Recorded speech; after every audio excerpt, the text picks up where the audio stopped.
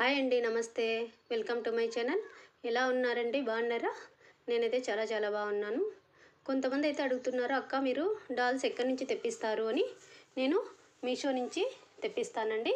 Reasonable ప్రైజెస్కే వస్తాయి. మీరు కూడా ఒకసారి చూడండి.